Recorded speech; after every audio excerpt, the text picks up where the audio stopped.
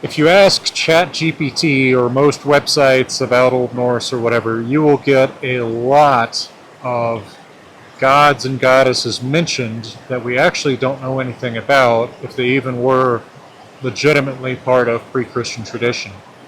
A good example of this is the so-called goddess of healing, Eir.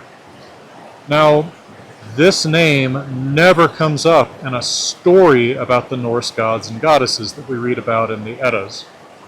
It is mentioned one time as a goddess by Snorri Sturluson in his Prose Edda when he's trying to make a list of all the goddess names. Now, that word Eir does occur in poetry as an alternative word for woman, just as all of the names of goddesses do. So by analogy, Snorri, who is looking for more of the gods and goddesses, which the tradition about them has sort of died by the time that he's alive, might see this word that's used as an alternative word for woman and assume that just because you can use, Gefjun or Idun or Frigg or Freya, goddesses he does know about, as words for woman, that he can also use, that this also is then a word for, this also is the name of a goddess. So he makes this long list that doesn't even include a bunch of goddesses that we do know about, like Idun, who keeps the apples that keep the goddesses young, or Skadi, the wife of Njordr.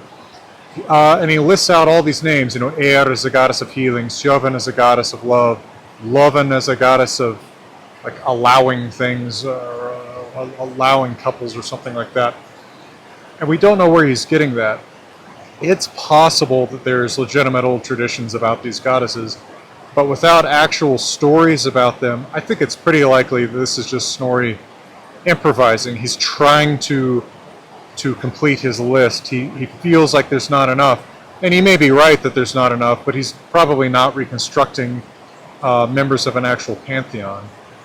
You notice that in our stories about the Norse gods and goddesses, they don't really fulfill roles so much as they have personalities, right? It doesn't mean much to say that Thor is a god of thunder. He's never really called that in Old Norse. But I do have a sense of what it would be like to spend time with Thor, right? To, as they say about candidates for election, to quote-unquote have a beer with him. In my case, have a lemonade with him or whatever. And I think that, not only when we say that there's a goddess of healing and her name is Eir, not only are we ignoring that the gods are not roles, they're personalities, we're also ignoring what they're actually stories about in favor of our own modern notions of like a monster manual